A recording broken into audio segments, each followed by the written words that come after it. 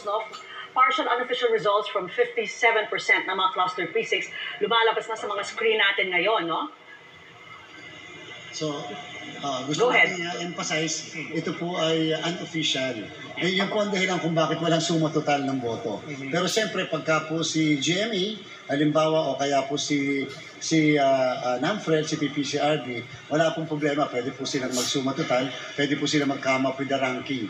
Kasi hindi naman po, yun ay unofficial din at saka maaaring partial. Pero sa amin, partial na unofficial pa. Sir, ang official count will start tomorrow, no? Ang trabaho po yan ng National Board of Canvassers. At ngayon, dahil nagsisimula na ngayon yung mga municipal board of canvassers, city board of canvassers, provincial board of canvassers, regional or district board of canvassers, may mga ganun na. At pagkatapos, bukas, yung 10 o'clock namin, hopefully, sana may pumasok man lang na isa ng COC man lang, Certificate of Proclamation mula sa isang province. O kaya isa katulad kanina, nakita natin, nakauna-una nag-transmit Batangas, 100%. So, so more or less, kung sakali, pag pumasok yung COC niya, yun ang una namin ikakanvas bukas sa...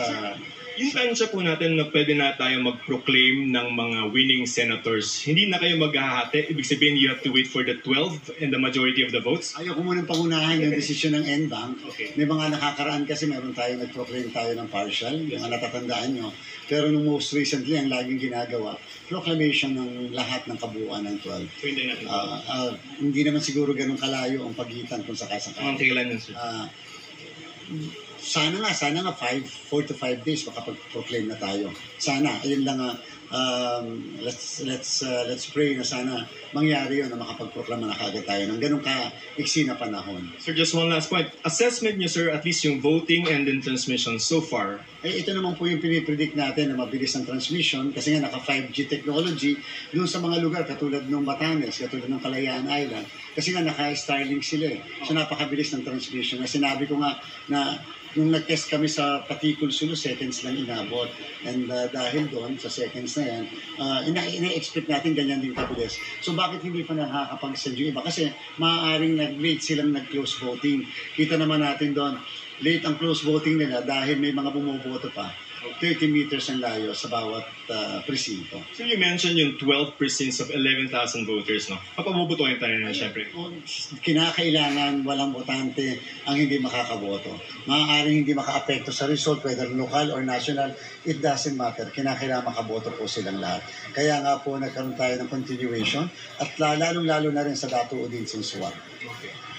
Kung may tanong kayo, Vicky, Ivan? Joseph, papa-clarify ko lamang yung tinanong mo na kanina yung tungkol sa sinabi ng PPCRB na may nakuha silang transmission na 30-something percent pero wala silang access and they find that concerning. Pakiulit lamang ang paliwanag ni Chairman Garcia. Okay, so yun pong sa PPCRB, they have the data but they can't access it, 34% of it. Okay, so aalamin natin kung ano. Wala namang problema dahil una, yung kung ano yung nasesend sa amin, they can compare.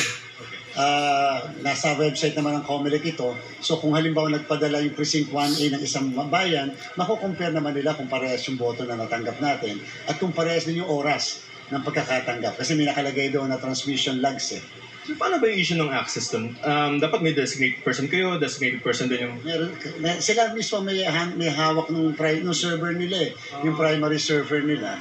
And so, hindi ko lang alam yung mga technical matters sa mga bagay na ganyan. Pero what is important is, huwag po mag-alala ang lahat kung halimbawa kanina kasi yung figures ko nauna ang majority minority 39% kami, sila nagpo-42% na eh. Iba-iba yung percentage. Meron talaga a matter of seconds kasi kahit sa texting natin hindi naman nagkakasabay-sabay. You can send to all. Ang pinaka-importante po sa lahat kung parehas ba yung pinapadala. And the only way to do that is kapag ka nag-counter-check doon sa mismo mga logs, doon sa, and sabi ko nga ipapublish natin yung lahat ng logs